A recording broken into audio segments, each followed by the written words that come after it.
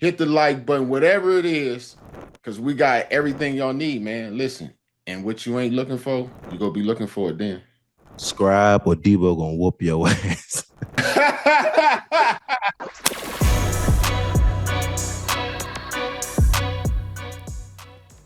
What's up? How you doing, Kirk? I was excited. Good. I was excited Good for to see you, son, baby. but Good it to ain't see had you. nothing to do with you. It's for the dog. Hey, boy. Ooh. Hey. What's up, boy? Yeah, he don't like you. See, He don't like me. the dog. He said, knew "You it. see my He felt sunglasses. it. See my He felt sunglasses." it. He felt you wasn't a dog person, man. Yeah, they do Felt feel you. that. Dog. Yeah, Yes, he said. he felt that. Whoops. Take my mic. Give him a came chair. out. Give him a chair. Yeah, we should. Get up there, Petey. Jump up there. Don't come up here. Come here, man. That boy big. There you go. Yeah. It's far back as we can. Good boy. If we can get the chair to the corner, and then we can Yeah. Yeah. This made my week. I love it. How we doing, guys? Doing great, man. How are you? Awesome, man. Real Good to see you guys. Great to see you. Congrats too, on bro. doing this. Thank you. guys enjoying it? Oh yeah, Definitely. having a Good. blast, Definitely. man. Having a blast. Thank Having a you, blast. thank Let's tell y'all who we got here. You know exactly. We got Pete the dog. That's amazing. That's the most important owner. thing. Yeah, and his owner. I'm a handler. I'm here as a handler. It's so true. That's my life now. Look here, man. Indiana. Wow, We how about did that? Okay. that crazy? This is what I want to know. Crazy. So I didn't believe it. Yeah. I'm a Kent State alumni. Yeah, I know. Yeah. Do you see any possibility of this situation being able to happen for Kent State or programs like mine, that's at the I almost think it's become more of a haves and a have-nots. And I think the Kent States of the world, if you were there and you had a great freshman or sophomore year, Florida's coming down and they're going to give you game-changing money. And it's hard, life-changing. And it's hard for me to visualize a group of 4 team right now being able to keep their roster together to make a possible run.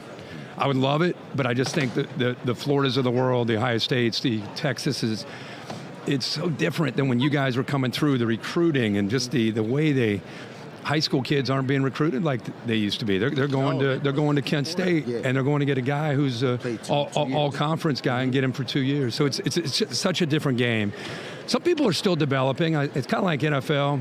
You build through the draft and you kind of sprinkle in some free agents. I think the best teams are doing it that way, not just going all in on trying to bring in portal guys. But man, the game is so different right now. Do you see any point in time where they're going to have to put some type of stipulations, rules to how they're doing this?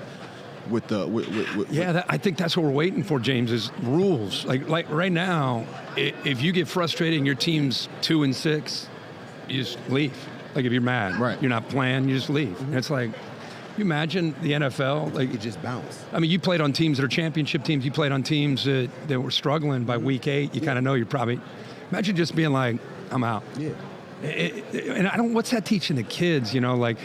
I have 4 sons. Like, I can't imagine every time they ran into an obstacle, it's like, well, just quit, go over here and try something.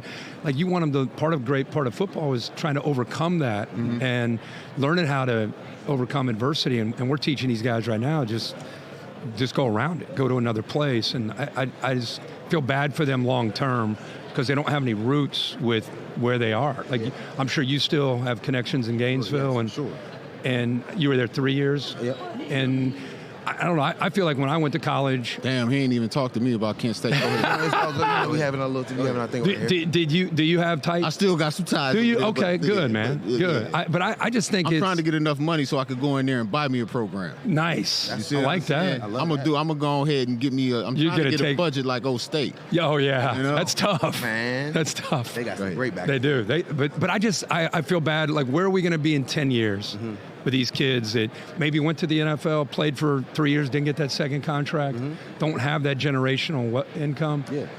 What happens to that guy? Like, what did he learn in his college experience? Because he's probably still jumping Just around. jumping around. No competition. Right. Not building, like, you got to be able to grow. So Yeah. I'm with you 1,000%. Yeah. How do you feel about Fernando Mendoza, though? Do you think he's going to be able to change a franchise, like a number 1 pick legitimately coming in? Again, it's your guy's world, but I don't know if he's the guy that you're going to say, It doesn't matter who's at receiver. It doesn't matter who's at running back. We got this guy. He's Okay. He's a guy that you're going to put on that is going to process at an elite level. He's going to see you disguising, uptight, showing man, and then dropping off playing. He's going to see that. Okay. So he's that guy. Okay. But he doesn't have a skill set that's just a game changer. But I'm a fan of these kind of guys. But you got to have pieces around him. 1,000%. If you got pieces around him, he's your guy. If you want him to just like save the franchise, here's the ball. I don't think he's the guy. I don't think he's that for sure. I just don't. Like Herbert with the Chargers, they went to him and it was like, we'll eventually get good enough. But in the meantime, he's such an elite skill set. We're going to be okay. He's not that. I got you. He's going to manage it and get you out of trouble, not let him blitz. If he's hanging out and all of a sudden he comes late, he's going to eventually, I think he's going to see things like that. So he's very incredibly smart. And he does have some skill. I mean, he does have some ability, as you saw, in his championship run. I could see like how Sam Darnold with the Jets, how that's the same person that's playing with the Seahawks right now, but you put a good defense around you, you put a good team around you, you don't have to do everything. But just don't mess it up, put it in the right spot. And I think Brock Purdy out here kind of does that, right? Mr. Irrelevant, no one thought he could do anything. And I think you got Christian behind him, all the pieces at receiver, understands what Kyle's trying to do to attack a defense. He's an extension of Kyle, and he's like a computer. That's what Mendoza is. He's going to be a computer, that kind of guy. And with those, like you said too, it's the coaches putting him in position that him and Kyle got people running open. Right. You know what I'm saying? Exactly. You don't got to throw it in too many tight windows. Exactly right. Yeah, college, pro, transition from one to the other. How much of that transfer from college to pro, and what do you think the biggest things that do or don't? Well, I think at quarterback, and again, you guys are the perfect age to see, like early in your guys' careers, there were quarterbacks that probably were savants when it came to what we're talking about. And I feel like as high school football, like quarterbacks came up in middle school and high school, never huddled, never under center, looking over the sideline, looking at an Elmer Fudd sign or whatever, you know what I mean? They weren't quarterbacks. And I think now the game has changed so much. Most of these guys are coming out of these systems where very rarely are they running an NFL kind of offense. So you just wonder, you're really kind of rolling the dice, wondering, does he have what it takes? Like, does J.J. McCarthy leaving Michigan, does he have what it takes? You really never know until you do all your due diligence, roll the dice, and then you hope that they have the ability. Like Caleb Williams, it's been so fun. The guy never huddled in his life. And he was a superstar, best athlete on the field. That's all he knew. So his instincts as a quarterback, what he's having to work through with Ben Johnson, his primary's not there. He's going to go try to make James miss, and a lot of times it worked out for him.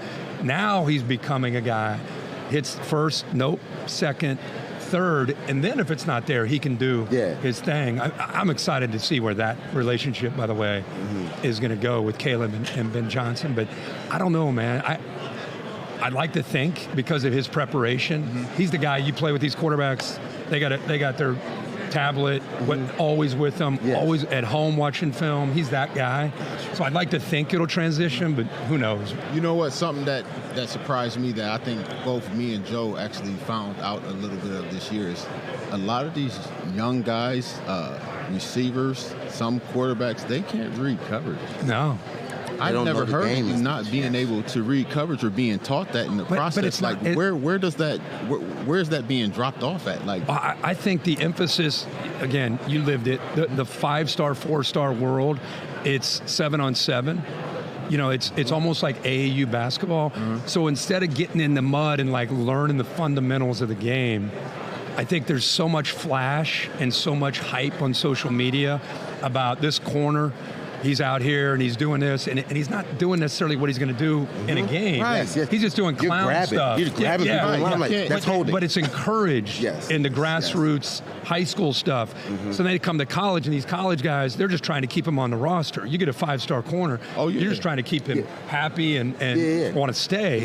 So no one's getting tough and doing like Nick Saban, like coaching, like this is how you play. Worried about losing it. They're worried about him leaving. So they come in as celebrities already. They Exactly. That's exactly right. And they're up there catering to him, and they ain't putting not one snap on the field. Bingo. It makes That's the fear you have. And then you're thinking in the NFL, okay, say you have Joe, who hasn't been taught the fundamentals, but man, he can run, change the direction. He has all the, I can get him to learn. That's what I think they're rolling the dice on. And sometimes it works.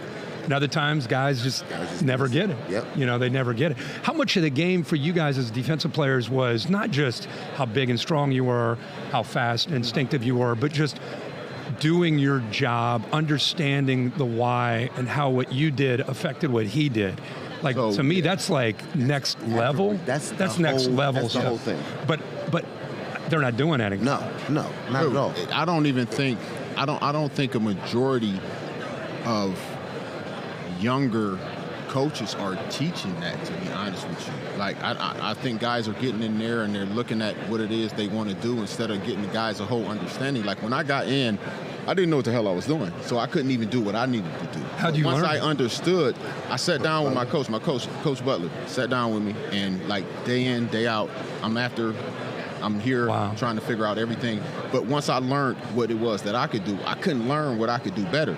But I can learn what the guy next to me was doing, what the guy on that side of me. But did he teach you that, or did you have that in your your own mind that you needed that? Like, to make me better, to make the defense better, if I learn what the guy is doing in front of me, behind me, on the side of me, if I have no work there, instead of me just sitting here on nothing, I can squeeze in and wait for that deep dig coming at 17 that's going to be coming over here across instead of sitting down here in the curl flat 5 yards. And now I'm making my safety have to chase. But isn't that the secret sauce that makes players like you guys? That's something that, like Dick LeBeau, like he taught us that.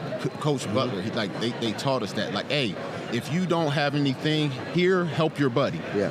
You know what I'm saying? Learning it. Yeah. I would say this too, the same thing, because when you first get in, you're worried about, it takes you long enough to learn just your job. So when you cut in there my first rookie year, after the second year, you start learning what everybody's around you doing.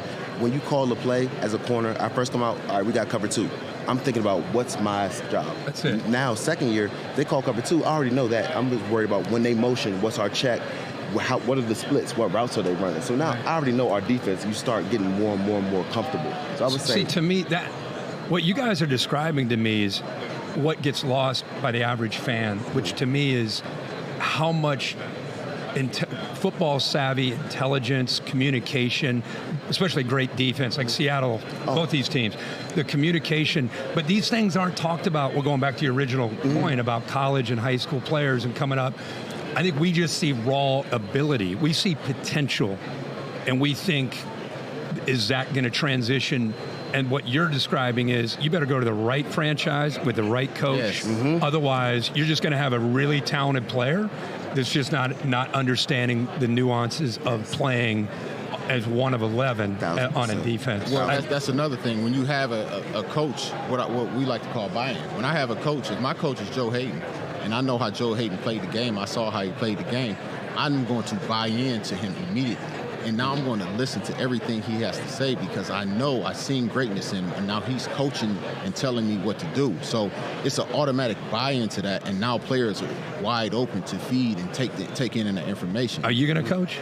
Yes, I think it's about to start getting into it. Good for you, man. I just wanted to take a little bit of time out first, and then he's giving a face. Deebo, are you gonna leave? Are you gonna leave my man here? No, not yet. No. You lying? We going together. We going together. Oh yeah, when I get that 30 Come million. on, man. Okay, we going together. You're gonna coach? Yes. Look here, man. Before we get you out of here, man, what brings you here? What you got going on? So I have 4 dogs. I'm a big dog guy, and I lost one of my dogs last year at just age of 10. And I've always wondered, you know, is it stuff I'm feeding my dogs? Is it stuff that I'm putting around in my house and they're eating grass?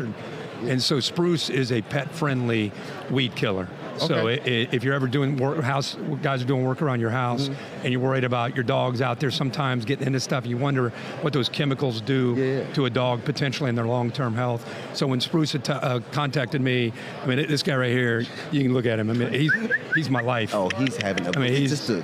He's just, my dogs are like, I have 4 sons, but they're really like my kids, and I care about them. And so Spruce, the fact they have 10 ingredients in their product, they're fantastic. So yeah, if you're interested in that, and you do yard work, or you have people doing your yard work, and you like a pet-friendly product, Spruce is definitely a home run. Can they buy this in stores, or is it online? Yeah, online. You can buy it in stores like Home Depot. Nationwide? Nationwide. Okay. Yeah. Okay, Yeah. definitely. A good product. Protect those dogs with Spruce. Yeah. Come on. Yes. There you go. Thank you, man. Want to appreciate you man. coming on. Yeah, man. Kirk. Great Yes, sir. seeing you, man. You too. Congrats on all Pete. you guys and all Thank your you, boss. success. I man. appreciate And good you, luck man. with everything. For sure. Thank Yeah. you, boss. All right, now. Yeah, I'll get him up. Good old Kirk Herbstreit. Let's Come on. go. And Peter. Pete, come here, Pete. Here we go, Pete. Good boy. Come here. Come here. Yeah, he don't like you. Well, yeah, he do like me. Joe. All right, Pete. Thanks, guys. Thank you. All right, now.